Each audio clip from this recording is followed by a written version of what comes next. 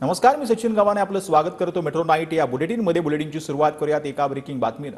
संघ मुखपत्र भाजप आणि त्यानंतर आता शिंदे गटानं देखील दादांवरती खापर फोडल्याचं बोललं जात आहे.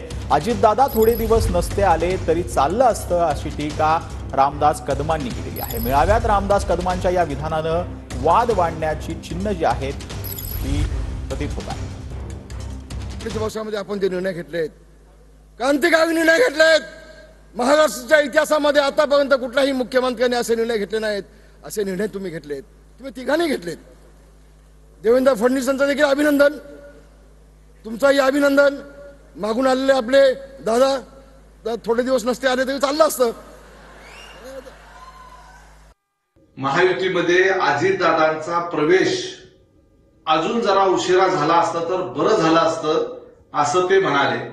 लोकसभेच्या निवडणुकीमध्ये मिळालेल्या यश अपयशाच्या संदर्भाने रामदास कदम यांनी जे भाषण केलेलं आहे ते शिवसेनेच्या कार्यकर्त्यांमध्ये एक उत्साह भरण्याच्या करिता म्हणून ते केलेलं असावं अशी आमची धारणा आहे. जी वस्तुस्थिती आहे ती आहे. ही वस्तुस्थिती स्वीकारून आपल्याला विधानसभेला सामोरं जायचं आहे. रामदासभाई कदम हे ज्येष्ठ नेते आहेत, सिनियर